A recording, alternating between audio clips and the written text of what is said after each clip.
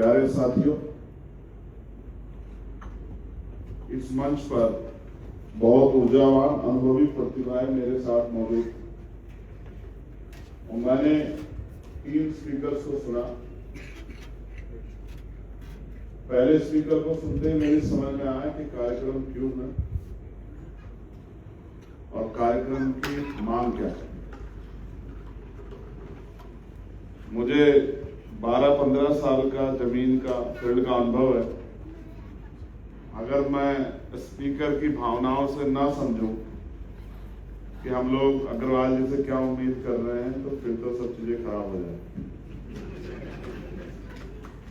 तो मैं चीजों को समझता हूं और क्योंकि नीचे से आया हूं तो मैं ये भी समझता हूं कि आज अगर वो हमारे बीच में बैठे हैं तो वो हमारी भावनाओं को भी समझेंगे, हमारी पीड़ा को भी समझेंगे। राष्ट्रपिता ज्योतिबा फूले और बाबा साहब अम्बेडकर, मैं इन पे बात करूं उनसे पहले मैं बहुजन समाज में जन्मे सभी संतों, गुरुओं और महान पुरुषों को नमन करता हूं। और नमन करने का एकमात्र कारण यह है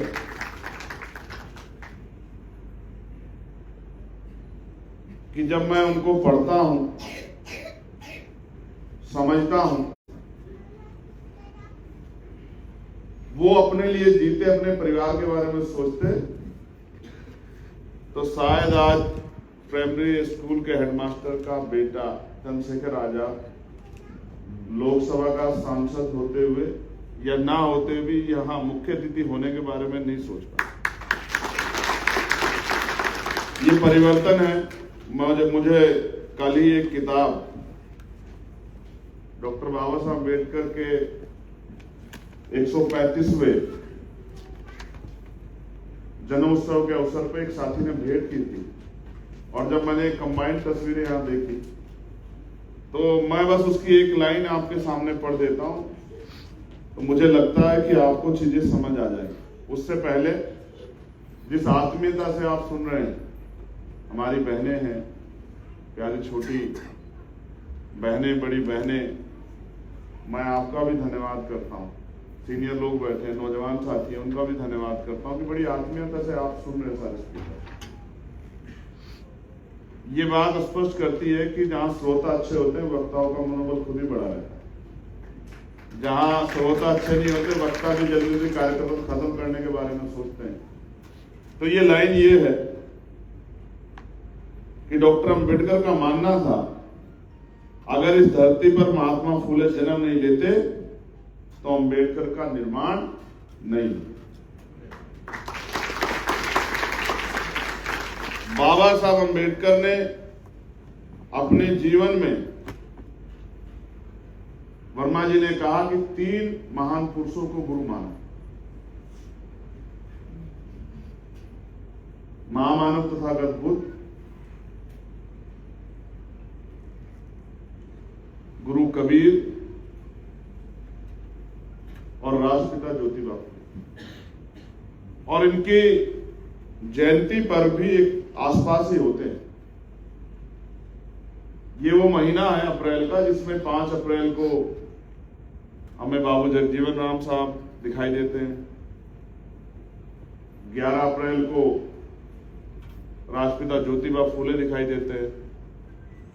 13 अप्रैल को बीपी मंडल जी का परिनिर्वाण हो जाता है और 14 अप्रैल को बाबा साहब अम्बेडकर दिखाई देते हैं।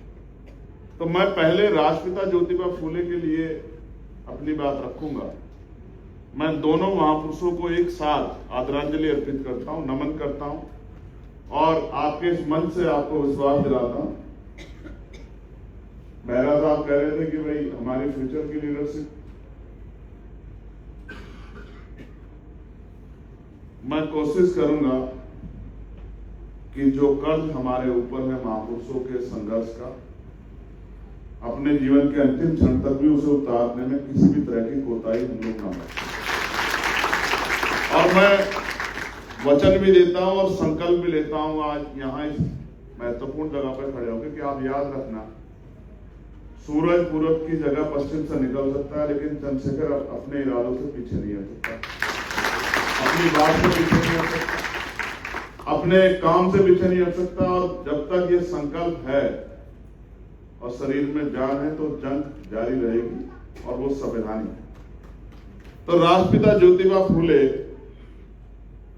जब अपने साथ हुए अपमान, क्योंकि ये पढ़ा होगा आपने, उस पर मैं विस्तृत चर्चा नहीं चाहता कि अपने दोस्त की शादी में गए, जाति के आधार पर उनका भेदभाव हुआ, अपमान करके निकाल दिया गया, रोते हुए वो नदी के किनारे जाके बैठ गए। जब बैठे थे तो दो सहयोगियों से बात हुई, उन्होंने उनका मजाक उड़ाते हुए कहा कि क्यों रो रहे हो। एक बड़ा किस्सा है, मैं उसको सारांश में थोड़ा सा ब्रीफली बता देता हूँ, ब्रीफली ना जाके थोड़ा सा आसानी से बता देता हूँ। तो बाबा वो कहते हैं उनसे कि साहब आप क्यों रो रहे हो, क्यों आत्महत्या करना चाहते हो। तो वो कहते हैं साहब मेरा अपमान हो गया है।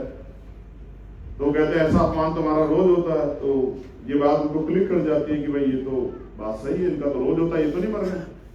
तो उनकी समझ आ जाती है कि ये शिक्षित नहीं है, इस वजह से इनको सम्मान और अपमान का फर्क नहीं। तो वो तय कर लेते हैं कि अब मैं इनको शिक्षित करने का काम करूंगा, मेरे जीवन का यही उद्देश्य। और जीवन में जब तक उद्देश्य ना हो, मैं गारंटी देता हूं आप वहीं के चक्कर काट के आ जाओ, आप कभी सफल नहीं हो सकते अगर आपके जीवन में उद्देश्य ना। तो ये किस्सा तब का है जब वो पहला स्कूल खोलते हैं, और मैं अपने जो मंच पे कलीग्स बैठे हैं उनको बता रहा था कि राष्ट्रपिता ज्योतिबा फूले ने जो पहला स्कूल खोला उसमें 6 बच्चे आते हैं। 4 ब्राह्मण समाज की थी, 1 मराठा समाज की थी, 1 सलूकार। वो भेदभाव नहीं कर रहे थे, वो बस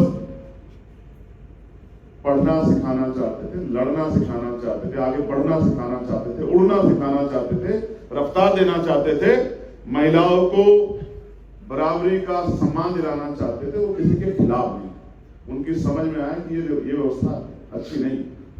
तो जब उन्होंने पहला स्कूल खोला, पंचायत हुई, उनके पिताजी से कहा गया कि भाई देखो आपका बेटा धर्म विरोधी कार्य कर रहा है, क्या तो आप इसको रोक लो, अदरवाइज हमारे इस प्रदेश में अकाल पड़ जाएगा, परेशानी खड़ी हो जाएगी, मुसीबतें आ जाएंगी। तो उनके पिता उनसे कहते हैं कि 2 रास्ते हैं आपके पास, क्या तो आप स्कूल बंद कर दो या फिर आपके लिए घर के दरवाजे बंद। आप महसूस कीजिए उनके संकल्प को भी उन्होंने घर के दरवाजे बंद होना स्वीकार किया। उन्होंने घर छोड़ दिया लेकिन स्कूल नहीं छोड़ा, लोगों को, बच्चों को पढ़ाने का काम। आज अगर अध्यापक को तनख्वाह ना मिले तो वो कहता है कि मैं इस स्कूल में कर क्या रहा हूं। कुछ काम ऐसे हैं जिनके पीछे बहुत सारे लोगों का भविष्य छिपा है। जैसे डॉक्टर्स हैं, आज मैं बड़ी डॉक्टर्स की सभा में हूं। अगर तनख्वाह ना मिले और डॉक्टर अपना काम छोड़ दे, कई बार हड़तालें होती हैं, आपकी लड़ाई अधिकारों की लड़ाई चाहिए, लेकिन बहुत लोग अपनी जान की खैर बना लेते हैं कि अगर भाई ये जल्दी नहीं माने तो हमारा जीवन जो है वो छोटा ना हो। कई काम ऐसे हैं, कई लोगों को ऐसा दर्जा दिया गया है, कहते ना गुरु गोविंद दो खड़े काके लागे पाए, बलिहारी गुरु आपने गोविंद जी बताए कि माँ बाप से ज्यादा बड़ा दर्जा गुरुओं का है। और हमारे यहाँ भगवान किसी ने देखे हो या ना हो, लेकिन डॉक्टर के रूप में भगवान लोग गोद देते हैं। मैं चंद्रशेखर आजाद कौन कौन से किस्से आपको सुनाऊं, आप क्या सुनना चाहते हैं, क्या आपके मन में, मुझे नहीं पता है। आप बाबा साहब के विषय में सुनना चाहते हैं, फूले जी के विषय में सुनना चाहते हैं, मेरे विषय में सुनना चाहते हैं, आज के हालातों पे सुनना चाहते हैं, जो सवाल आए उन पे सुनना चाहते हैं, मुझे नहीं पता। लेकिन मैं 2-3 इंपॉर्टेंट बातें आपके सामने जरूर रखूंगा और मैं कोशिश करूंगा कि मैं अपनी बातों में, आपके मन में भी अगर कोई दुविधा, कोई सवाल हो तो शायद बिना आपके कहे उसका जवाब देके यहां से जाऊं। मेरा गांव है छुटमलपुरा, वो कस्बा हो गया है। बहुत सारे लोगों ने टीवी में मेरे बारे में सुना है, कुछ ने अखबारों में पढ़ा है, कुछ ने यूट्यूब पे देखा है, कुछ ने आर्टिकल्स में पढ़ा है। मैं अपनी देश की महान मीडिया का धन्यवाद करता हूं, बड़ा नाम है उनका। लेकिन मैंने बड़े बड़े आर्टिकल पढ़े, उन्होंने मेरे गांव का नाम, मेरे फादर का नाम, मैं जब पढ़ा मैंने आर्टिकल तो मुझे चक्कर आ गए। कि यार ये जगह मेरे घर से 50 किलोमीटर दूर है, इन्होंने मेरा गांव का नाम लिख दिया है, ये जगह मुझसे 12 किलोमीटर दूर, इन्होंने मेरे गांव का नाम लिख दिया। तो मैं उसमें नहीं जाना चाहता, मगर मैं मीडिया की जो आज की हालात है ये भी आपके सामने रखना चाहता हूँ। मैं एक दिन जो हमारा रिस्पेक्टेड मंचल को बता रहा चाहता हूँ, सो नहीं पा रहा था सर, ऑपरेशन सिंदूर चल रहा था और मीडिया ने हमें कहा कि हम कराची पहुंच गए, लाहौर पहुंच गए, इस्लामाबाद पे पहुंच गए और यहाँ से अज्ञात बॉर्डर से सेना घुस गई। आप विश्वास कीजिए, लोकतंत्र का चौथा स्तंभ किस तरह से देश का मजाक उड़ाया जा रहा है, किस तरह से देश को अपमानित किया जा रहा है। उनको इस बात से कोई फर्क नहीं पड़ता कि उनके शब्दों से क्या माहौल बनेगा, किस तरह के हालात बनेंगे, उनको कोई फर्क नहीं पड़ता। बस वो अपने चंद पैसों के लिए अपना काम किए जा रहे हैं। ये देश के लिए, उन संस्थाओं के लिए बड़ा खतरनाक है जिन संस्थाओं पर लोग उम्मीद करके बैठे हैं, जिन संस्थाओं से बहुत चीज तय होती है। तो हम लोग 3 भाई हैं, 3 बहन हैं, हम 5वें नंबर में घर में, तीनों भाई छोटे हैं, 3 बड़ी बहनें उनके बाद। क्योंकि भारत की सच्चाई है कि भाई बेटियों से काम नहीं चलता, बेटे भी होने चाहिए, वंश कैसे आगे बढ़ेगा, ये देश की कड़वी सच्चाई है। तो 3 बेटियों के बाद हम, हमारे बड़े भाई, फिर हम और फिर हमारे छोटे भाई, तो हम 6 भाई बहन हैं। और मैं 5वें नंबर पे हूँ। मेरे पिताजी ने, मेरी माँ हाउस वाइफ है, उन्होंने बहुत मेहनत की हमें पढ़ाने के लिए। और मेरे पिताजी प्राइमरी स्कूल में टीचर थे, उन्होंने भी, मैं कहता हूँ कि शायद अपने लिए उन्होंने कभी अच्छे कपड़े जूते नहीं खरीदे होंगे, हमें आगे बढ़ाने के लिए, हमारी शिक्षा और हमारी आवश्यकताओं को पूरी करने के लिए। बड़ा कठिन जीवन है। आजकल के मिडिल क्लास परिवार किस तरह सर्वाइव कर रहे हैं, बड़ी चिंता की वो अपना दर्द किसी को बता भी नहीं सकते और हालातों को छिपा भी नहीं सकते। तो मेरे पिताजी मुझसे हमेशा ये कहा करते थे कि भाई, उनकी इच्छा थी कि मैं जज बनूं, क्योंकि एक केस वो बहुत बुरी तरह, उस केस से वो निराश थे। एक किसी को पैसे दिए उधार, तो पैसे साहब वो बाद में बेईमान हो गए। उन्होंने कहा कि भाई हम तो पैसे नहीं देते हो। तो मेरे पिताजी कोर्ट चले गए। कोर्ट में केस चलता रहा। 15-20 साल बाद जज साहब ने उनको बुला, कहा कि इसमें फैसला कर लो। तो पिताजी ने कहा आप करा दो साहब, आप ही मालिक हो। तो उन्होंने कहा कि आप इतने पैसे में कर लो। तो मेरे पिताजी ने उनको जवाब दिया, साहब इससे कई गुना ज्यादा तो पैसे मैंने उनको नगद दिए और कोर्ट की चक्कर काट के इससे काफी पैसे में जितने फैसले में आप कह रहे दे चुका हूं। तो उन्होंने कहा भाई मैं तो यही मदद कर सकता हूँ, वरना कोर्ट चलता है, केस चलता रहेगा। तो मेरे पिता निराश थे। उनका कहना था कि गरीबों को न्याय नहीं मिलता तो आपको वकालत करनी चाहिए। फिर साइबर क्राइम बढ़ा तो मेरे फादर की इच्छा हुई कि मैं पढ़ने के लिए विदेश चला जाऊं। तैयारियां काफी उनकी मजबूत थी, रिटायर वो हुए थे, वो पैसा था पीएफ का, तो उससे कोशिश कर रहे थे कि एक बेटा कामयाब हो जाए। चला जाता मैं, लेकिन तभी मेरे पिता बीमार हो गए। डायग्नोसिस कराया तो पता लगा उनको कैंसर है। तो जिसके पिता कैंसर से पीड़ित हो, वो बेटा कैसे जाए, हालात घर की बहुत अच्छी नहीं थी। तो अंत तय हुआ कि पिता का इलाज कराया जाए। बड़े बड़े हॉस्पिटलों में चक्कर काटने के बाद हमें एहसास हुआ कि यहाँ गरीबी और जाति के साथ एक सच्चाई ये भी है कि अगर आपके सोर्स नहीं है, आपके कनेक्शन नहीं है, तो आप चाहे कितने भी अच्छे क्यों ना हो। कई बार पीजीआई में भी हम लोग इस बात को देखते हैं, इसमें भी देखते हैं, जिसके जैसे मेरे सोर्स हैं तो मेरी बात मानी जाती, लेकिन कई लोग ऐसे बिना सोर्स के उनकी बात नहीं मानी जाती। तो निराश होकर हम लोग लौटे। लेकिन अंत बात को छोटी करते हुए 11 जनवरी 2013 मेरे पिता मुझे छोड़कर चले गए। वो जीना चाहते थे, हम लोग आगे बढ़ते देखना चाहते थे, अपने देश को आगे बढ़ता देखना चाहते थे। और उस बीच में जो एक समय रहा उनके ट्रीटमेंट का, कीमोथेरेपी, रेडियोलॉजी का समय जो था, उस बीच में एक दोस्त की तरफ की मेरी बातें हुई, उनका मेरे जीवन पर गहरा असर।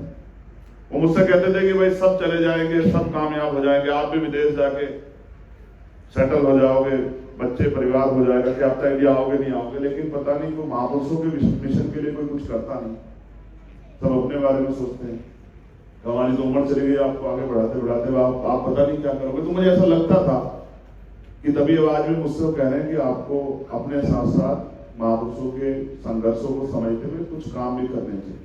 एक बेटा होने के नाते 2013 मैंने स्वीकार किया उनके जाने के बाद कि हर बेटे की जिम्मेदारी है कि अपने पिता के अधूरे कामों को पूरा करे, और फिर 2013 और आज हम 2026 में करें। 13 सालों में निरंतर काम जारी है। इस बीच में कई उतार चढ़ाव हैं, जेलें भी देखी हैं, नेशनल सिक्योरिटी एक्ट भी मेरे ऊपर लगा, 16 महीने में जेल में रहा, फिर देश की बड़ी जेल तिहाड़ भी मैंने 2 बार देखी, खूब लाठियां खाई। और मेरे डॉक्टर साथी जानते हैं मेरी हड्डी से कई कम हड्डियां हैं जो ना टूटी हो, बहुत सारी तो टूट गई, कुछ बची हैं। अब पता नहीं वो कब टूटेंगे, लेकिन हौसला कोई नहीं तोड़ सकता, इस बात की मैं गारंटी आपको देती हूं। क्योंकि व्यवस्था ऐसी है कि हड्डियां तोड़ना आसान है। तो मैं चंद्रशेखर आजाद आपसे कहना चाहता हूं कि ये देश संविधान से चलता है, लेकिन मैं गारंटी देकर कहता हूं कि जो आपकी ड्यूटी और राइट है 99.99% लोग उनको जानते हैं।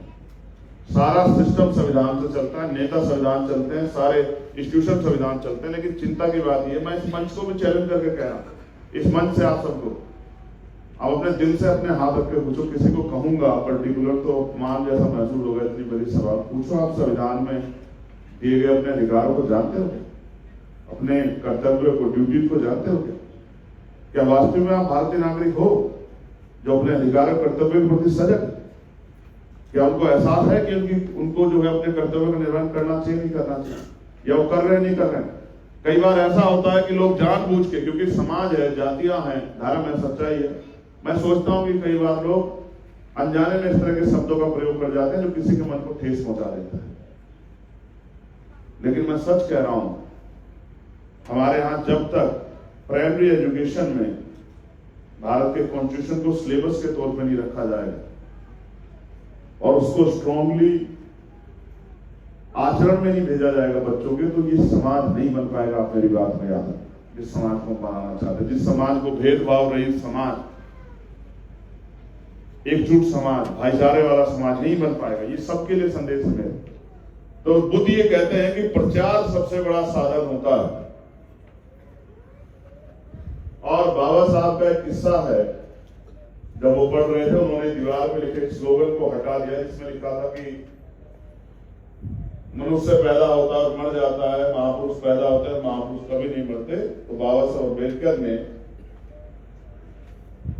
तब वो स्टूडेंट थे वहां के, उस कोड को हटा दिया। तो नोटिस जारी हुए, डॉक्टर अम्बेडकर को अपनी बात रखने का मौका मिला और उनसे पूछा गया कि जो बात लंबे समय से यहां लिखी हुई थी, आपने उसको क्यों हटा दिया?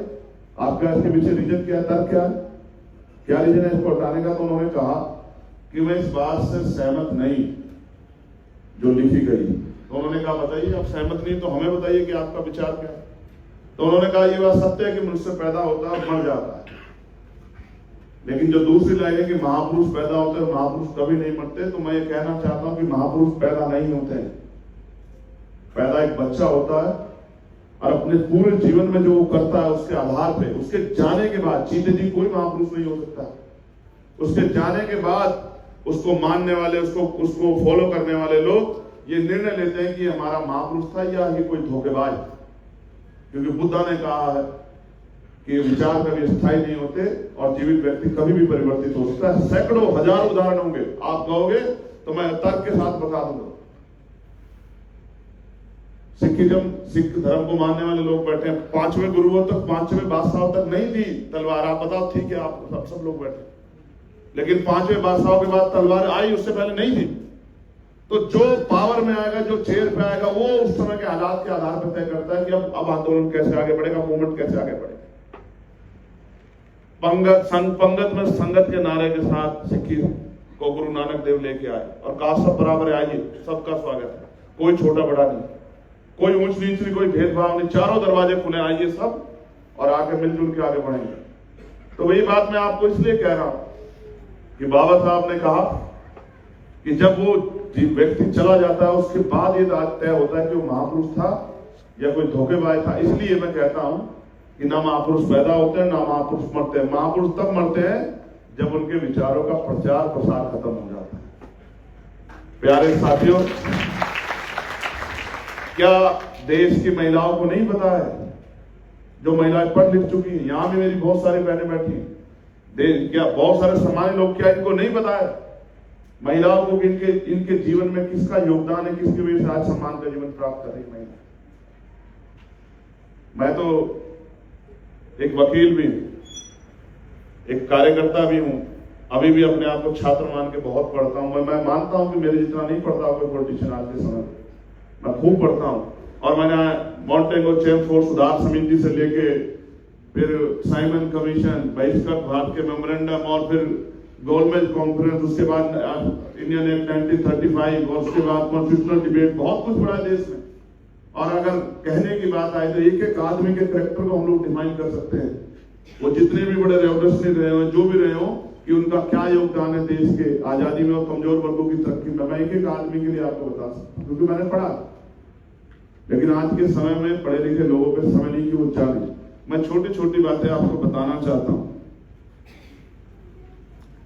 इस देश में 1935 से पहले सिविल सेवा में एक भी भारतीय नहीं जाता था, किसी भी जाति का हो, किसी भी धर्म, क्योंकि अलाउ नहीं था।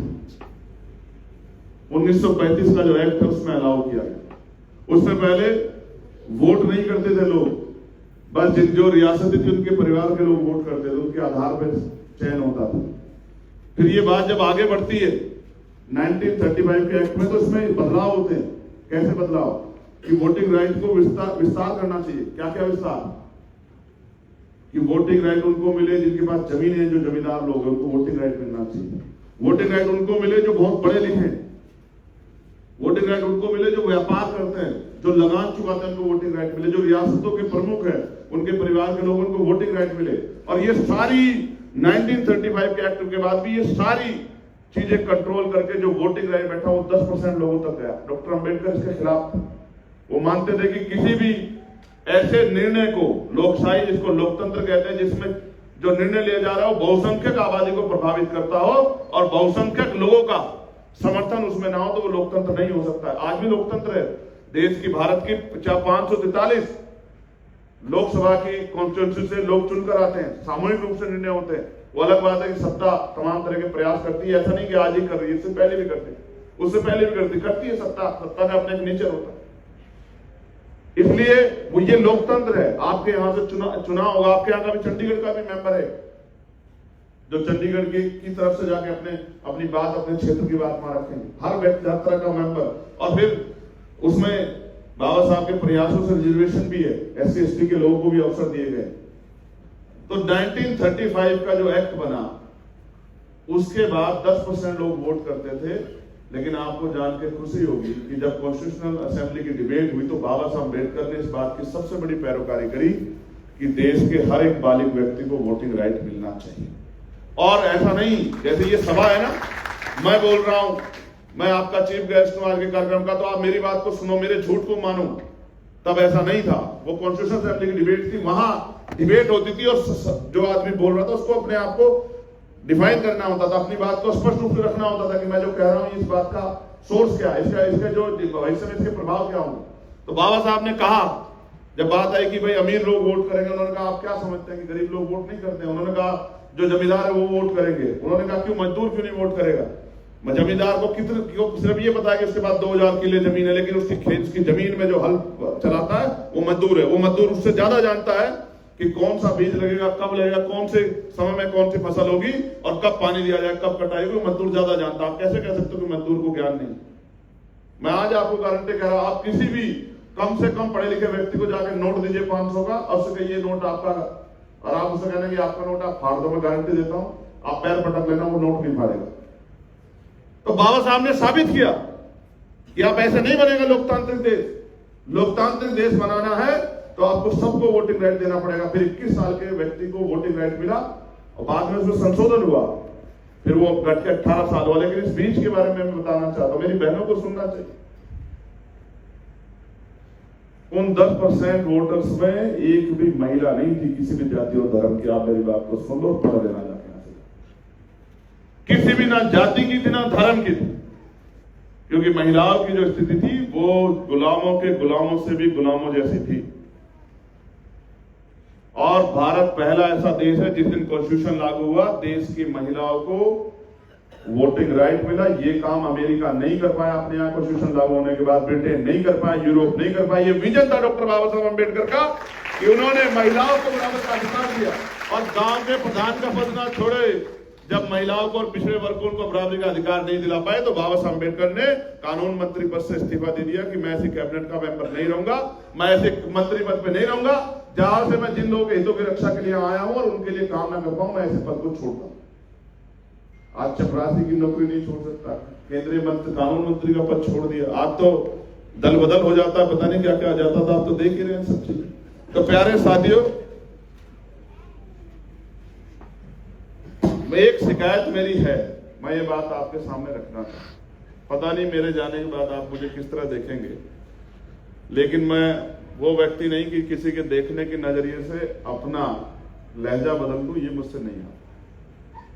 हमने धोखा दिया बाबा साहब, हमने अपने महापुरुषों को धोखा दिया।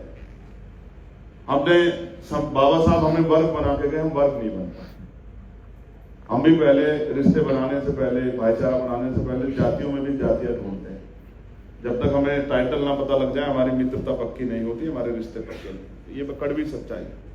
हमने अपने से कमजोर के हाथ पकड़ने में कोताही बरती है। मैं इस बात के लिए शर्मिंदा हूं और माफी चाहता हूं सब लोगों से जिनका हाथ हम लोग नहीं पकड़ पाए। मैं उनको विश्वास दिलाता हूं कि जो गलतियां पहले हुई उन गलतियों को दोहराया इस आंदोलन में नहीं जाएगा। हम लोग हर व्यक्ति का हाथ पकड़ेंगे जो हमसे पीछे छूट गया है, उसको साथ लेकर।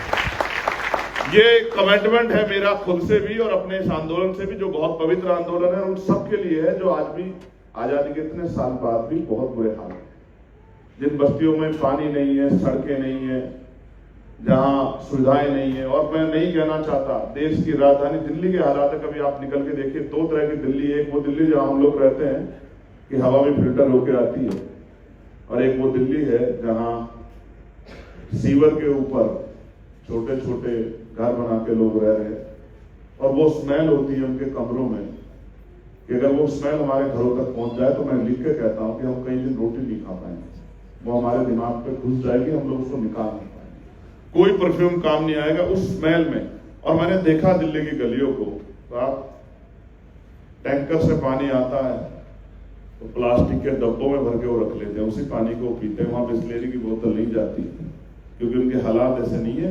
15-15 दिन वो पानी जहर जैसा हो जाता है। किसी को परवाह नहीं कि गरीब मरे या जिए, किसी को इस बात की तकलीफ नहीं होती, क्योंकि जो खुश है वो अपने बारे में सोच रहा है, जो दुखी है वो बस नाराज है, वो कुछ करना नहीं चाह रहा और ना उसको रास्ता मिल रहा। क्योंकि लोकतंत्र होते हुए भी जिसको हम चुनते हैं, क्योंकि हमारे यहाँ राइट टू रिकॉल नहीं है, अगर वो नेता हमारा काम ना करे उसका कुछ बिगाड़ नहीं सकते। जो वादा करके सरकार आ जाए, मैं आज सरकार में नहीं, मैं वादा करूं कि मैं चांद तारे और ये वो सब आपके घरों के दरवाजों पे लगा दूंगा। और अगर चुनाव जीतने का सरकार में आने के बाद ना करूं, आप मेरा कुछ नहीं बिगाड़ सकते। लोकतंत्र में खूबसूरती तो है। 5 साल आपको मुझे झेलना ही पड़ेगा, चाहे मैं कुछ कितना ही कुछ भी करता है। या तो जजेस वगैरह सब मेरी कलम से मेरा रिकमेंडेशन होता है, उसमें सरकार के तौर पर कह रहा हूं, सब कुछ होता है और एक भाईचारा निभाया जा रहा है कि अमीर पीछे ना हटे और गरीब आगे ना बढ़े। मुझे ऐसा लगता है कि देश उल्टे पैर चल रहा है। प्यारे साथियों, बाबा साहब ने कहा कि शिक्षा शेरनी का वो दूध है जो पिएगा वो दहाड़ेगा। और अगर मैं मानता हूं कि मैं यहां बोलता हूं या पार्लियामेंट में अगर आप डिबेट सुनते होंगे, अभी कुछ दिन पहले किस्सा घटा कि समय की कमी है, तो मुझसे कहा गया चेयर द्वारा कि आज आप बोल नहीं पाएंगे, किसानों का मसला था और मैं बड़ा जिद्दी आदमी हूं। मैंने कहा कि मैं किसान परिवार से आता हूं, मैं नहीं बोलूंगा किसानी पे तो कौन बोलेगा। मैंने जिस दिन मांग की कि ये किसान सम्मान निधि बढ़ा के 6,000 रुपए से 1 लाख कर दी जाए सालाना, तो वो कहे कि मंत्री जी का समय कम हो जाएगा। तो मैंने कहा मंत्री जी का समय कम होता हो तो हो, हम तो बोलेंगे। तो उन्होंने कहा भाई नहीं बोल नहीं पाओगे। तो हमने कहा हमारा नाम है चंद्रशेखर आजाद, अगर हम नहीं बोलेंगे तो मंत्री जी नहीं बोलेंगे, याद रखना हमारी बात। आप भरोसा करो। मंत्री जी ने कहा ये क्यों हल्ला मचा रहे हैं, क्या बात है। हमारे कुछ साथी भी हमारे जैसे करेक्टर के, तो बोले कि कह रहे हैं बोलेंगे कि यार बुलवा दो, ये बहुत खराब लोग हैं, बुलवा दो, बेकार में मुझे परेशान करेंगे, बुलवा। कुछ गरिमाएं हैं हमारे सदन की, इसलिए मैं किसी का नाम नहीं लेना चाहता। इसलिए मैं कह रहा हूं कि जब आदमी जिद कर लेता है, क्योंकि एक बात मेहरा साहब ने कही रामविलास पासवान जी को लेकर, तो मैं आपकी जानकारी के लिए भी बताना चाहता हूं मान्यवर और आप सबको भी कि हमारे यहाँ राजनीतिक दलों का भी एक संविधान है और उसमें विप जारी होता है और आदमी अपनी पार्टी के विप से जुड़ा होता है। आपका समाज बर्बाद हो जाए, गड्ढे में गिर जाए, लेकिन आपकी पार्टी जो चाहती है आपको करना पड़ेगा। नहीं करना पड़ेगा तो फिर वही होगा जो वो कह रहे थे कि अगली बार आप ले लेना, कोई होगा। ये मैं फैक्ट बात बता रहा हूं आपको। इसलिए मैं किसी दल का मेंबर नहीं बना, क्योंकि मुझे पता था कि मैं अपने बहुजन समाज, गरीब समाज के हितों से रक्षा नहीं कर पाऊंगा और मैं कैसे किसी कानून का भागीदार नहीं बनूंगा जहां किसी के हितों को नुकसान पहुंचा जा रहा है। इसलिए मैंने महापुरुषों से सीख के जो काम बाबा साहब अम्बेडकर ने किया कि उन्होंने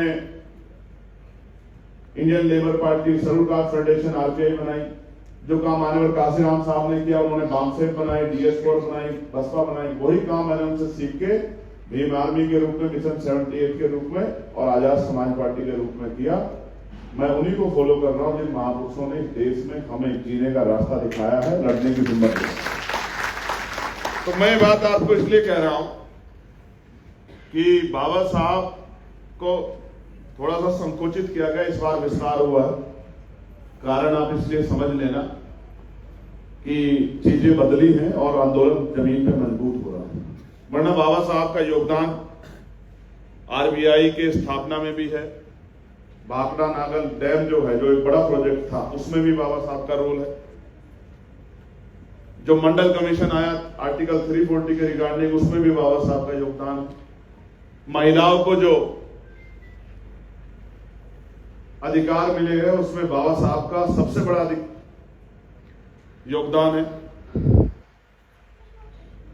धार्मिक आजादी आर्टिकल 25-26 जो कड़ा कंगा और तमाम चीजें हम लोग रखते हैं, पांचों चीजें, उसमें भी वो हमारे लोगों को दिलाने में उसका भी बाबा साहब का बड़ा योगदान है। ये किसी छिपा नहीं है। उसके साथ साथ मजदूरों के लिए उनको 8 घंटे की ड्यूटी, उनकी सामाजिक सुरक्षा, ये सब में भी बाबा साहब का बहुत बड़ा योगदान है। और कॉन्स्टिट्यूशन के जरिए हर व्यक्ति को बराबर का हक देने और कमजोरों को भी प्रतिनिधि बनाने, जिनको कुर्सी पे नहीं बैठने दिया गया उनको मुख्य अतिथि बनाने में भी बाबा साहब अम्बेडकर का बहुत बड़ा योगदान है। तो बाबा साहब बहुत विस्तृत है और मैं कह रहा हूं जितना आप पढ़ोगे आप डूबते चले जाओगे बाबा साहब में। बस मैं एक बात उनके बारे में कहना चाहता हूं इस कड़ी में, उनके कमिटमेंट के बारे में, उनके संकल्प के बारे में। एक बार जब समय था, कम्युनल अवार्ड लेके बाबा साहब आए थे और हालात देश के खराब थे, गांधी जी येरावड़ा जेल में अनशन कर रहे थे, तो बाबा साहब को डराया गया और बाबा साहब कहा गया कि आप अपनी जिद छोड़ दो। तो बाबा साहब अम्बेडकर का कोट जो है वो मेरे जैसे लोगों में सीरन पैदा कर देता है कि जब उनके पास लड़ने को बहुत लोग नहीं थे, तब बाबा साहब ये कह रहे हैं कि आप मुझे चौराहे पे ले जाके खंबे से बांध के अगर फांसी भी दे दोगे तो भी मैं अछूतों के अधिकारों के साथ कोई भी समझौता नहीं करूंगा। ये कमिटमेंट बाबा साहब अम्बेडकर वो कह रहे हैं आप मुझे फांसी चढ़ा दो। आज के नेता तो ऐसे नहीं है, वो तो कहते हैं कि साहब सीबीआई ईडी को बस भेजना, बाकी सब ठीक है। हमारे से समझदार लोग आप लोग। तो ये कमिटमेंट और ये हमारे लीडर में होना चाहिए। और मैं मानता हूं अगर संकल्प नहीं तो फिर सब चीजें बेकार है। संकल्प होना चाहिए और संकल्प बहुत जरूरी है। मेरे बारे में कहा गया कि मैंने हिस्ट्री क्रिएट की है, लेकिन ये सच नहीं है। मैं अकेला किसी हिस्ट्री क्रिएट नहीं कर सकता हूं। कोई भी इंस्टीट्यूशन हो, कोई भी टीम हो, जब वो मिलकर काम करती है तभी हम लोग हिस्ट्री बना पाते हैं। मैं आज भीम आर्मी आजाद समाज पार्टी के और यहाँ बैठे बहुत सारे साथी जिन्होंने मेरी मदद की है चुनाव में। बहुत पैसा खर्च होता है भाई, वो लोकतंत्र नहीं रहा कि गरीब आदमी भी चुनाव लड़ ले, करोड़ों रुपए खर्च होते हैं चुनाव में, कोई कुछ कहता रहे। मैं बहुत जिम्मेदारी से इस बात को आपको कह रहा हूँ। बहुत सारे ऐसे साथी हैं जिन्होंने चुनाव में मेरी मदद की है। नोट और वोट, मैं फिर बार बार यही कहता हूँ कि मैं आया नहीं हूँ, मुझे मेरे लोगों ने भेजा है, क्योंकि उनको महसूस होता है कि आज उनकी लड़ाई लड़ने वाले बहुत कम लोग हैं जो ईमानदार से लड़ सके। इसलिए उनको लगता था कि इस आदमी को भेजेंगे तो इसको भी आजमा के देख ले कि ऐसा तो नहीं है हमें छोड़ के मंत्री पद की तरफ भाग जाएगा, हमारी लड़ाई लड़ेगा। आपको याद होगा मैं आपके यहाँ आया था पार्लियामेंट्री कमेटी में, और जो उस दिन के जो साथी यहाँ होंगे वो एक बार कमेटी मीटिंग को पता करा लेना। मैं जब लड़ता हूँ तो फिर पूरी जान लगा के लड़ता हूँ। हालांकि ये मंच नहीं है, लेकिन मैं कहना चाहता हूँ अपने कलीग्स को जो वहां मंचासीन है कि लाल साहब ने हमसे बहुत सारे वादे किए थे, उनसे वो खरे नहीं होते। ये बात मुझे आज यहाँ आके पता लगी। मैं आज भी उनके बारे में गलत नहीं सोचता हूं, मगर मुझे उम्मीद है कि लाल जी ने जो वादे हमसे किए थे पूरे करेंगे। आप बस याद दिलाना भी चंद्रशेखर जी कह रहे थे कि आपने वादे किए, विश्वास कीजिए कि उनको वो वादे याद आ जाएगा। उन्होंने वादे किए थे मुझसे कमेटी मीटिंग में और कहा था, और मैं आपको विश्वास दिलाता हूं हम लोग बहुत जल्द उनको वापस बुलाएंगे, लेकिन इस बार मुलाकात दिल्ली में होगी, दिल्ली में होगी। और वहां वो कमेटी है हमारी, हम वो उसको मिनी पार्लियामेंट बोला जाता है। मैं आपको विश्वास से कहता हूं, आप पता करा लेना किसी को, वहां हम दल छोड़ देते हैं, दलदल छोड़ देते हैं, वहां हम कमजोर वर्गों के प्रतिनिधि होते हैं और फिर वहां बैठने वाले को जवाब देने में उसका गला सूख जाता है। जब ऐसी नौबत आती है, किसी डिपार्टमेंट से आप पूछ के देखिएगा तो उसको पता होता है कि वहां जाना ही नहीं जाना। लेकिन अगर वादे पूरे नहीं हुए तो मैं आपको विश्वास दिलाता हूं कि जल्द हमारी दोबारा मुलाकात होगी, लेकिन वो केवल हमारी होगी, आप गले उसमें जरूर सूखेंगे, मेरी बात का ध्यान है। मैं उदाहरण आपको देना चाहता हूं इस मंच के माध्यम से। मेरे साथी हैं डॉक्टर हरजीत सिंह भट्टी, वो एम्स में पढ़े, उसी दिल्ली एम्स से पढ़े, वहां एक पोस्ट निकली थी, वो अकेले व्यक्ति थे जिन्होंने एप्लीकेशन किया, और क्योंकि वो वहां से पढ़े हैं, टॉपर है, तो उनको रिजेक्ट भी नहीं किया जा सकता है। लेकिन एनएफएस करके कहा गया उनको, क्योंकि आप हमारी विचारधारा से मेल नहीं खाते हो, इसलिए हम आपको नियुक्ति नहीं दे सकते। मैं उसका प्रत्यक्ष प्रमाण हूं, लेकिन उस समय मैं लोकसभा में नहीं था। मैं भट्टी जी को कहता रहता हूं कि आप बता देना किस दिन आपका मन हो जाए तो मैं बताऊं कि क्या क्या चल रहा है इंस्टीट्यूशन में और क्यों चल रहा है। ये इंस्टीट्यूशन सबके, जनता के टैक्स के पैसे से बने, और जनता में सब आते हैं ना। ये हर व्यक्ति के प्रति जवाब दे, अमीर के प्रति भी जवाब दे, गरीब के प्रति भी, हर उस व्यक्ति के प्रति जवाब दे जिसका अंश इसमें लगा, जिसका हिस्सा इसमें लगा, किसान के लिए भी, मजदूर के लिए भी, महिलाओं के लिए भी, नौजवानों के लिए भी, क्योंकि ये देश टैक्स लेता है। जो बच्चा गर्भ में होता है उसके लिए अगर दवाई आती है तो उसमें टैक्स है। जब जिस दिन वो पैदा होता है, जन्म लेता है, आंख खोलता है, जानता नहीं है, पहचानता नहीं है, बोल नहीं पाता, अपनी पीड़ा भी नहीं कह पाता, सिर्फ रोता है, उस दिन अगर उसके लिए पैड आता है, वो क्या कहते हैं उसको, क्या यूज, अब तो वो पहले तो pamper, yes thank you, pamper आता है या कोई भी ऐसी चीज आती है तो उस पर टैक्स है। उसको छूट नहीं है कि आ जाए, इसने कुछ लिया नहीं है अब तक तो इसको छूट कर देते, ऐसा नहीं है हमारे। मरते समय तक कफन के कपड़े पे भी टैक्स है सर हमारे यहाँ। सुबह उठने से लेकर शाम तक हम इतनी बार टैक्स देते हैं ना कि हमें पता नहीं लगता कि हमारी सरकार ने क्या टैक्स सिस्टम बनाया। ब्रुश करने से लेके और शाम के समय सोने तक जो मेडिसिन लेते हैं सब में टैक्स है। जब हम गाड़ी खरीदते हैं तो टैक्स देते हैं, जब हम पैसा बचाते हैं तो फिर उससे जो कोई सामान खरीदते हैं इनकम टैक्स के बाद फिर उसमें टैक्स देते हैं, सेल टैक्स, वैट, गाड़ी खरीद के लाते हैं फिर सड़क पे टोल टैक्स देते हैं, पेट्रोल पे सेस और वैट देते हैं, क्या क्या टैक्स देते हैं सर हम। ये इसलिए संवैधानिक जो सरकारी इंस्टीट्यूशन है उनकी प्रति जवाबदेही है। मुझे कई बार लगता है इसलिए सरकार दिन दिन को कमजोर कर रही है, खत्म कर रही है कि लोगों के प्रति जवाबदेही खत्म हो जाए। प्यारे साथियों, जिस बात को कर रहे कहा गया मंच से 24 सितंबर 1932 24 सितंबर 1932 जब पूना पैक्ट हुआ, मैं आज इस मंच को बताना चाहता हूं दो बहुत इंपॉर्टेंट चीजें थी उसमें, सेपरेट इलेक्टेड और सेपरेट सेटलमेंट। और वर्मा जी शायद इस बात को कह रहे थे आई थिंक कि सेपरेट सेटलमेंट के लिए बाबा साहब प्रयास कर रहे थे, लेकिन बाबा साहब की राष्ट्रवाद देखिए, आप राष्ट्रभक्ति देखिए कि वो एग्री हो गए इस बात पे कि हम पाकिस्तान की तरह दूसरा देश नहीं बनाएंगे, इसी देश में रहते हुए अपने अधिकारों के लिए लड़ेंगे। आपसे लड़ेंगे, हम हमारे अपने हमारे भाइयों, हम आपसे लड़ेंगे, हम आपसे लड़ेंगे, संघर्ष करेंगे, लेकिन अपने देश के से अलग कोई दूसरा देश नहीं बनाएंगे। क्योंकि बाबा साहब पे अवसर थे, आप पे मेरे पे नहीं है, और बहुत सारे लोगों पे नहीं थे, मुस्लिम भाइयों पे थे, उन्होंने पाकिस्तान बना लिया, बाबा साहब पे भी थे, सिख भाइयों पे नहीं थे, वो मांग करते रहे, लेकिन बाबा साहब के पास थे। और किन परिस्थितियों में बाबा साहब ने पूना पैक्ट किया, और पूना पैक्ट करते हुए बाबा साहब ने क्या कहा जब मीडिया ने पूछा, उन्होंने कहा कि मैं अपने लोगों के लिए बड़े संघर्ष से फल लेके आया था, इन लोगों ने वो फल चूस लिया, उसके छिलके छील के मेरे मुंह पे फेंक के मार दिए मेरे लोगों के लिए, जिसको हम लोग आरक्षण कहते हैं।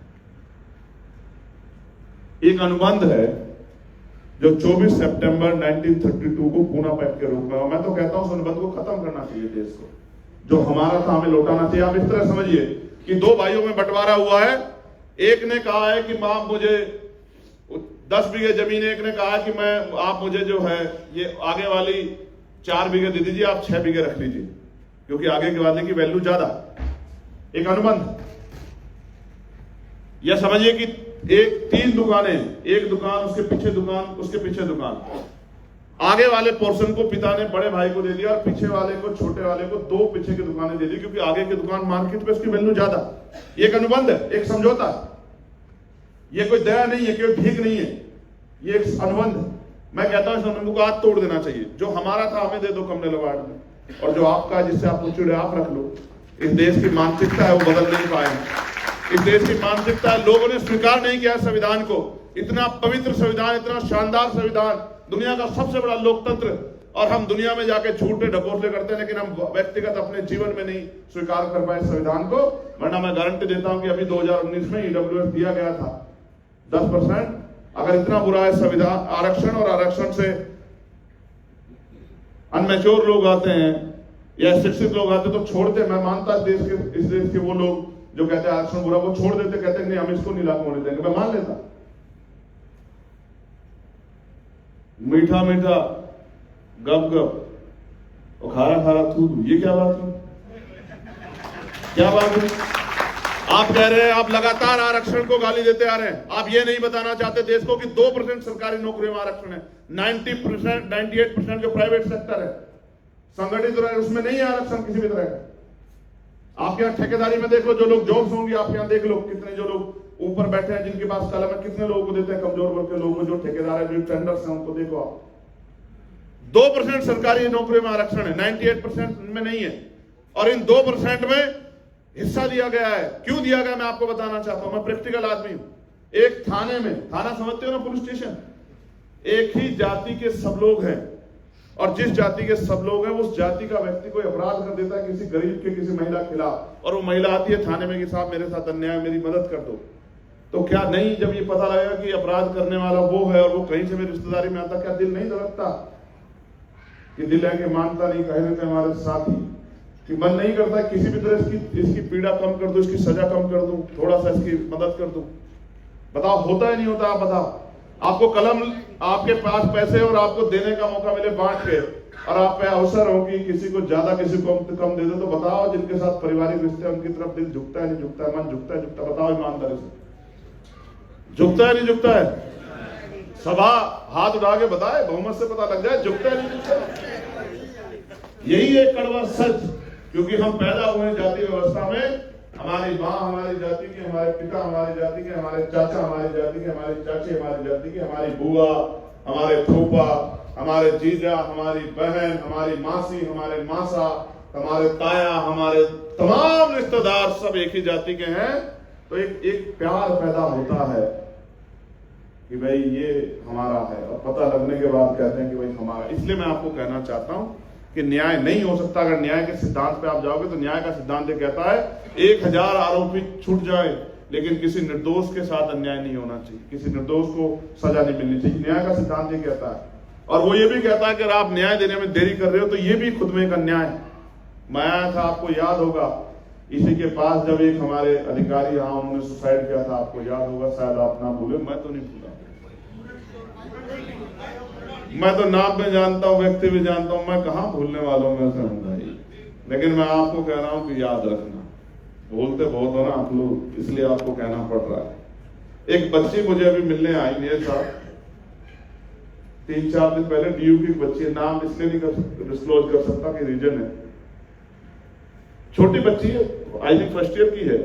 तो अपनी बात बताने लगी, तो मैंने कहा कि फिर बताओ तुम्हारे मन में क्यों ये सब चीजें चल रही, तुम्हारे मन में भाव कहां से है? आप मंच भी सुने।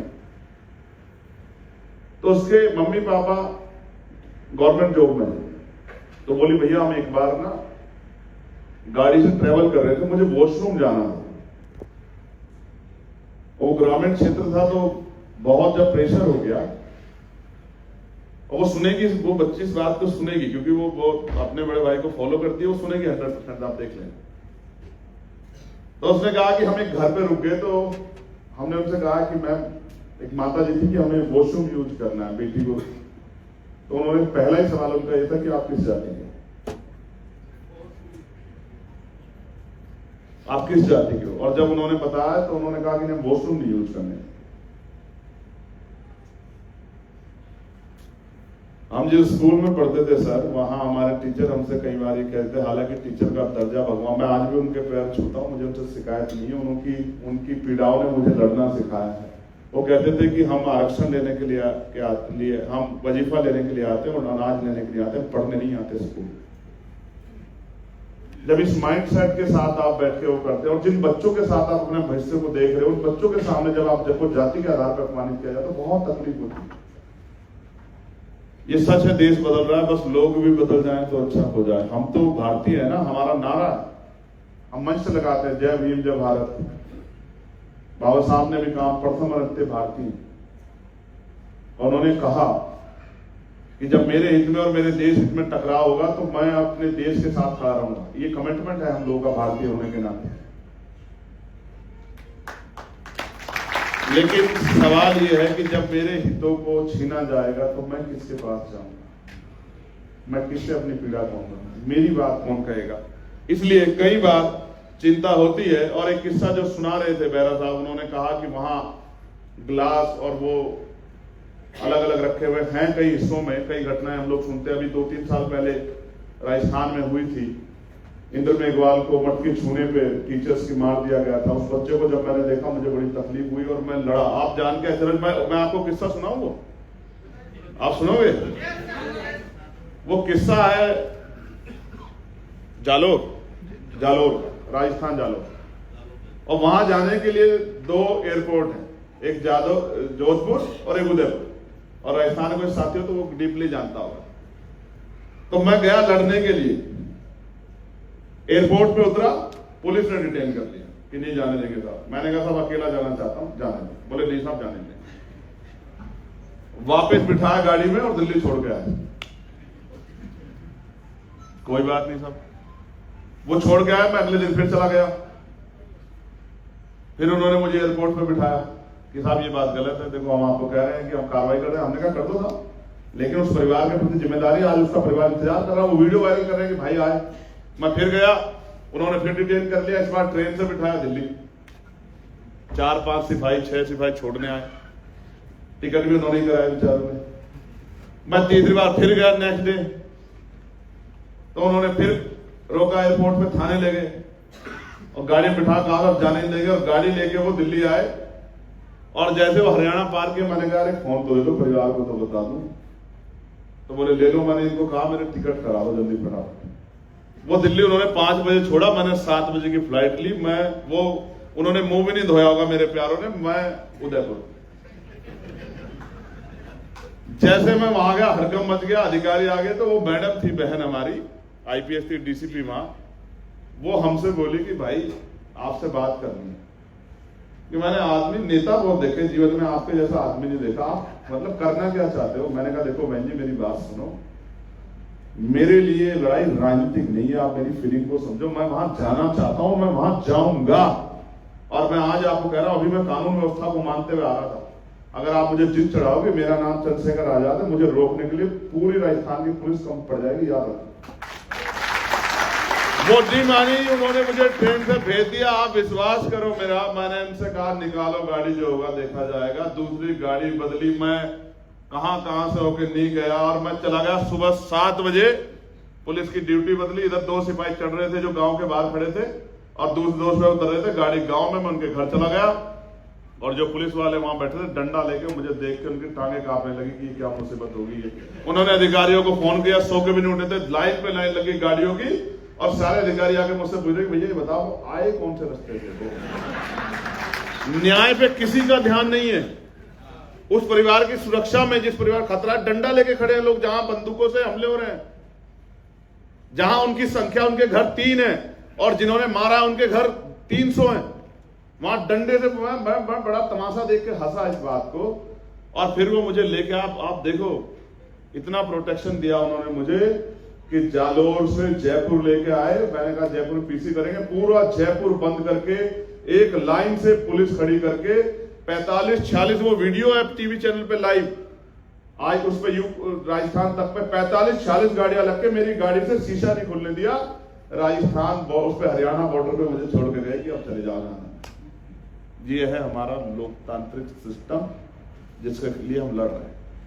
और अभी मेरठ में एक घटना हुई थी, कपसाड़ में बाहर था, अधिकारियों ने मुझसे कहा मेरे 2 नियम है, मैं तत्कालिक कहीं नहीं जाता, मैं वहां जाता हूं जहां न्याय में देरी हो रही होती है और पुलिस एडमिनिस्ट्रेशन आरोपियों के पक्ष में खड़ा हो जाता। कोई कुछ कहता रहा, मुझे नहीं फर्क पड़ता क्या वहां नहीं जाए वहां नहीं, मैं वहां जाता हूं जहां कानून कार्रवाई नहीं कर रहा होता है, जहां पूरा कानून व्यवस्था और जिनके कंधों पर जिम्मेदारी एडमिनिस्ट्रेशन की लोगों को न्याय देने की, वो आरोपी के पक्ष में खड़े होते। किसी भी कारण से, सरकार कारण कुछ भी, मैं वहां जाता हूं और फिर मैं पूरी ताकत से जाता हूं। मैं गया, एयरपोर्ट उतरा, मैं बाहर गया हुआ था उस दिन 10 तारीख को एयरपोर्ट उतरा, तो एयरपोर्ट पे पुलिस की गाड़ी मेरा पीछा कर रही है। मैंने पहचान लिया उनको, क्योंकि उन्हीं में रहता हूं मैं सुबह शाम तक, और मैंने उनको पकड़ लिया अपने ऑफिस के नीचे और पकड़ के उनके कपड़े वपड़े, और मैंने कहा चलो कौन लोग हो तुम लोग, बदमाशी कर रहे हो, हथियार लेके कहां घूम रहे हो। उनको लाके अपने ऑफिस में मैंने डिटेन कर दिया, और डिटेन कर दिया तो उनके चेहरे उतर के मैंने कहा पुलिस को फोन कर रहा हूं, हत्या करोगे मेरी।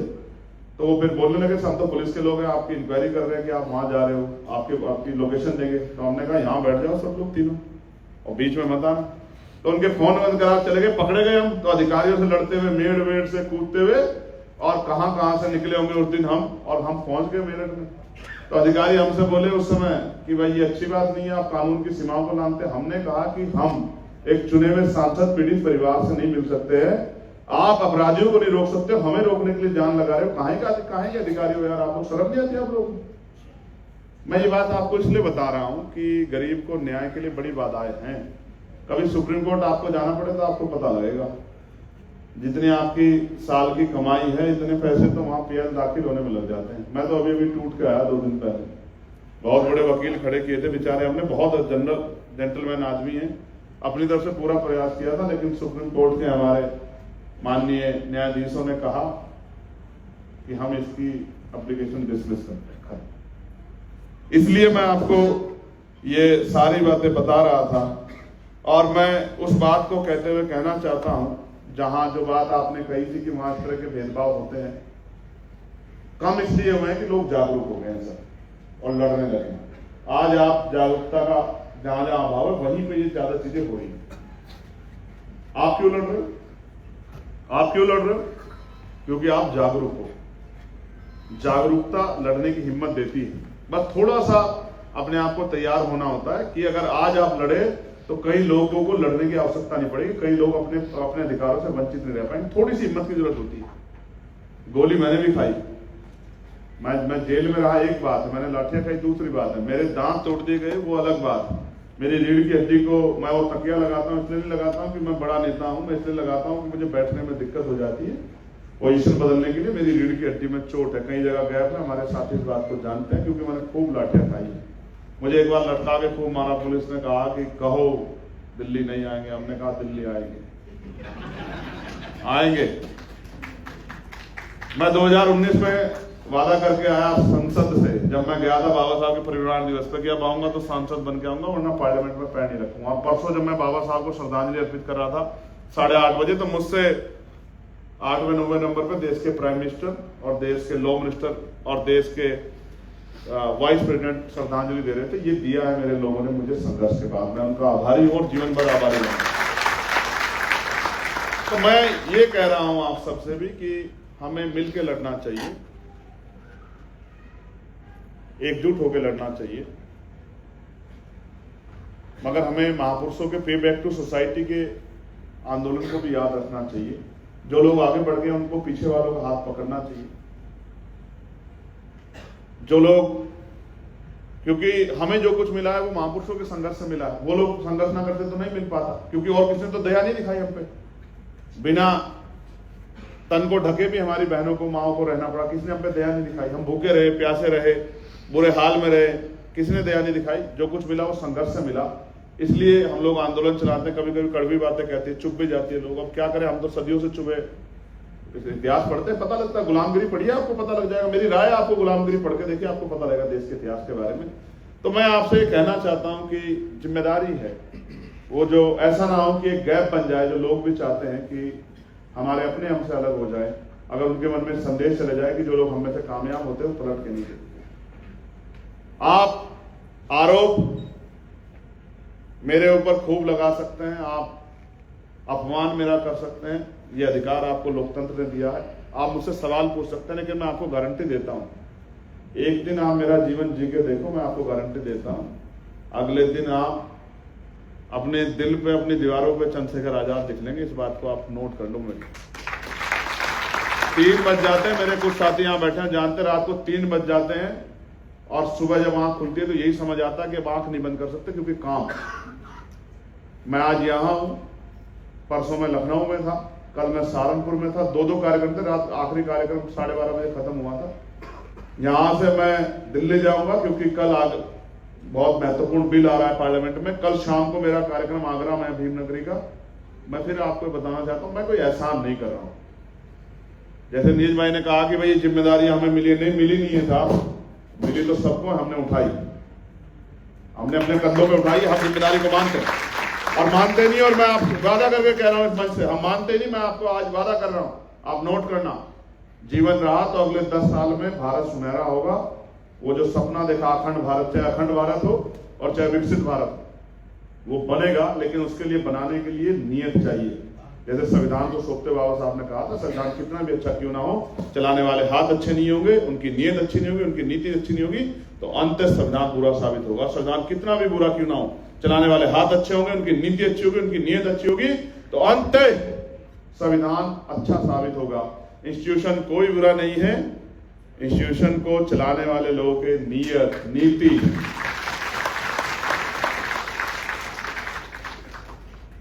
अच्छी होगी तो इंस्टीट्यूशन सदैव हितों की रक्षा करेगा। मेरी बात को आप याद करें। आपने मुझे सुना, समय पूरा हो गया तो नहीं, मेरे पे, मैं तो, आप विश्वास करो, मैं 2-2.5 घंटे स्पीच कर सकता हूं बिना रुके। मेरा कलेजा बहुत मजबूत है, मुझे इस माइक की जरूरत भी नहीं, ये जरूरी है। मगर मैं आपको सच बता रहा हूं कि मुझे और मेरे जैसे कुछ साथियों को माइक की जरूरत भी नहीं। हमारा गला भी बड़ा साफ है। मैं जब अपनी चेयर से बोलता हूं स्पीकर साहब को, जो बैठे होते हैं चेयर पे, तो वैसे हाथ ला कहते हैं कि नहीं, इतनी जोर से नहीं बोलना है। विश्वास कीजिए, ये लड़ाई बड़ी महत्वपूर्ण है। इससे होता क्या है, माइक से, सत्ता, जो बाबा साहब ने कहा, सत्ता वो साधन है जो आपके लक्ष्य को आसान कर देता है। जिस काम को हम करना चाहते हैं उसको करने के लिए हमें शक्ति की जरूरत है, और लोकतांत्रिक व्यवस्था में शक्ति सत्ता के पास है। अगर हमारे हाथों में सत्ता नहीं होगी तो हम अपने लोगों का भला कैसे कर पाएंगे, आप बताओ। मैं बहुत अच्छी योजना एजुकेशन में ला सकता हूं, मैं आपको गारंटी दे रहा हूं। मेरे मित्र, मेरे साथी जेएनयू से पढ़े, अभी नेपाल के प्रधानमंत्री बने, बालेन साहब। आप देखो, जब वो प्राइम मिनिस्टर बने हैं तो उन्होंने सबसे पहली बात अपने यहां क्या की है, उन्होंने देश के दलितों से माफी मांगी कि हजारों साल जो हमने अन्याय किया, क्योंकि पहले वो हिंदू राष्ट्र था, फिर वहां कॉन्स्टिट्यूशन आया, उसी कॉन्स्टिट्यूशन की वजह से बदलाव हुआ। वरना राजा का बेटा राजा, राजा का बेटा राजा, राजा का बेटा राजा, रानी की कोख से जन्म लेता, वही कुर्सी बैठा रहता। कॉन्स्टिट्यूशन ने बदलाव किया कि बालन शाह जैसे लोग जो है आज प्राइम मिनिस्टर बनकर नेपाली कुर्सी बैठे और बदलाव की लहर चला रहे हैं। उन्होंने कहा कि हम माफी मांगे उन सब लोगों से जिनका हमने दिल दुखाया, जिनके अधिकार हमने छीने। और मैंने अपने सब पार्लियामेंट में कहा कि हमारा देश कब माफी मांगेगा जिनके अधिकारों को अब तक आपने, आजाद हो गए हम लोग, 75 साल हो गए, लेकिन आज भी लोगों पे पहनने के लिए कपड़े नहीं है, खाने के लिए रोटी नहीं है, सर छुपाने के लिए छत नहीं है। आज भी हॉस्पिटलों के बाहर महिला डिलीवरी कर जाती है। क्या हाल है, आप देखें मंदिरों मस्जिदों के बाहर, गुरुद्वारों के बाहर लोग लाइन लगा के बैठे हैं कि कोई हमारा वो कर दे, कोई हमारे हाथों में कुछ दे दे। लोग बिना छत के सोते हैं, भूखे पेट सोते हैं। महिलाएं अपना, नहीं कहना चाहिए, महिला अपना जो है अपना सामान बेच के अपने घर का खर्चा चलाती। और हम कहते हैं कि देश बदल रहा है। कहां बदल रहा है देश? नहीं बदल रहा। देश के चंद अमीर लोग अमीर होते जा रहे हैं और गरीब गरीब होता जा रहा है। यही सच्चाई है देश। इसको बदलने के लिए आपको अपने आप को किरदार में लाना पड़ेगा, आपको काम करना पड़ेगा। आप दूसरों से उम्मीद लगाए बैठे, कौन मसीहा आएगा? मसीहा कहां पैदा होता है हमें तो नहीं पता, कौन सी फैक्ट्री बनता है, कैसे बनता है, कोई मसीहा नहीं आ सकता। आपको अपने आप को ही अपने कर्तव्य के प्रति जिम्मेदार बनाना पड़ेगा, तभी हालात बदलेंगे। आपने मुझे सुना, इतना प्यार दिया। एक नारा यहाँ से लगता, जब मैं आया था तब भी मैंने सुना था, बाबा साहब का दूसरा नाम काशीराम, काशीराम। कौन लोग थे जो नारा लगाए थे उधर? मैं आपका धन्यवाद करता हूं। बाबा साहब, मैंने कहा था ना प्रचार की बात, बाबा साहब चले गए थे, उनको घर घर तक लेके गए मान्यवर साहब श्री काशीराम। मेरी बात पर गौर करना, मान्यवर सोशल है मगर पूरी पॉलिटिकल अगर बात ना कही तो बताना आप मेरी बात को। बाबा साहब चले गए 56 में, और जब बाबा साहब गए, काशीराम साहब नहीं जानते थे उनको, पंजाब के मेरे हरियाणा के साथियों मेरी बात को रिकॉर्ड सुन लेना, पढ़ लेना। काशीराम साहब नहीं जानते थे, क्योंकि जिस दिन बाबा साहब हमारे बीच से गए, जो बच्चा जो साथी उनका रहता था उनके साथ हॉस्टल में, जब वो देहरादून में डीआरडीओ में जॉब करते थे, नहीं डीआरडीओ में नहीं, ऑर्डिनेंस फैक्ट्री में, तो उससे वो बाबा साहब को मनी ऑर्डर भेजता था पे बैक टू सोसाइटी करते हुए। तो काशीराम साहब पूछते थे किसको भेजते हो? अपने बाबा को। तो काशीराम साहब को जब वो डेथ हो गई बाबा साहब की, परिनिर्वाण हो गया, तो वो रो रहा है। बाबा काशीराम साहब पूछ रहे क्या हो गया भाई तेरे को, काहे को रो रहा है? तो कह रहे आज मेरे बाबा नहीं रहे। तो कह रहे ठीक है यार, बाबा का तो एक दिन जाना ही, छोड़ अब अपने काम पे ध्यान दे ले।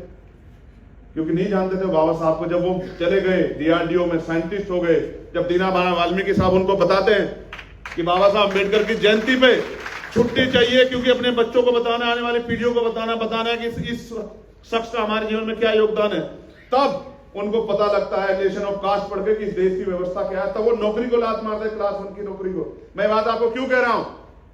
आज बहुत सारे लोग कहते हैं कि ये आदमी। मैं पूछना चाहता हूं, जब बाबा साहब महाराष्ट्र में पैदा होके, नहीं मध्य प्रदेश में पैदा होकर महाराष्ट्र में जाके आंदोलन चला सकते हैं, और उनके आंदोलन को मान्यवर काशीराम साहब पंजाब में पैदा होकर सीख सकते हैं, तो सहारनपुर में पैदा हुआ चंद्रशेखर आजाद ईमानदारी से उनके आंदोलन क्यों नहीं आगे बढ़ा सकता?